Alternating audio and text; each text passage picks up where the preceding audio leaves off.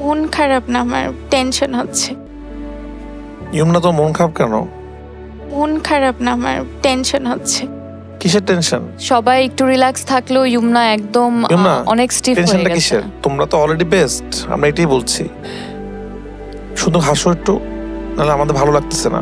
তোমরা সবাই অনেক এগিয়ে গেছো, এগিয়ে আছো অলরেডি। সো তোমরা ভেবো না যে 5 জন 3 জন, দ্যাট ডাজন্ট ম্যাটার। আসলেই ম্যাটার করে না। সবাই দেখছে অলরেডি লাক্স সুপারস্টারের 8 জন, টপ 8 তোমরা। এখানে মন খারাপ করে ডিমোটিভেটেড হয়ে যাওয়ার মতো কিছুই না।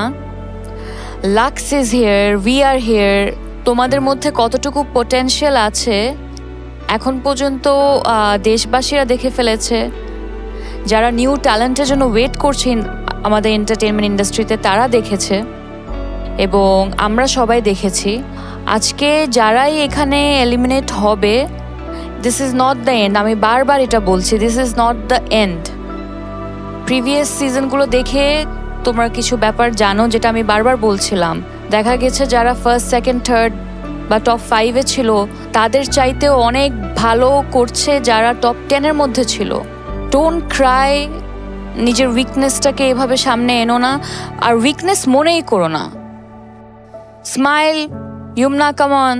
ইমনা, যে ফিকশনটা করেছিলিস, ফিকশন লাস্টে কি ছিল? তোমাকে কে জানি ফোন করে? ভুলে গেছি কোথায়। তুমি যে ফিকশনটা করেছো ডিরেক্টরের ভূমিকায়। ও আপনি? ঠিক আছে, ওই ফোনটা তো আমি আসলে করিনি, ফেক কেউ করেছিল। জি।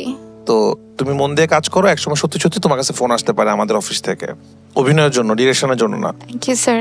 শুধু 5 জনের কথা বলছে না, 3 জনের কথা বলছে না, টপ 8-এ যারাই আছে তাদের যে কারো কাছে ওর অফিস থেকে ফোন আসতে পারে। কারণ তোমরা আসলেই ভালো করো, আর এটা চালিয়ে যাও।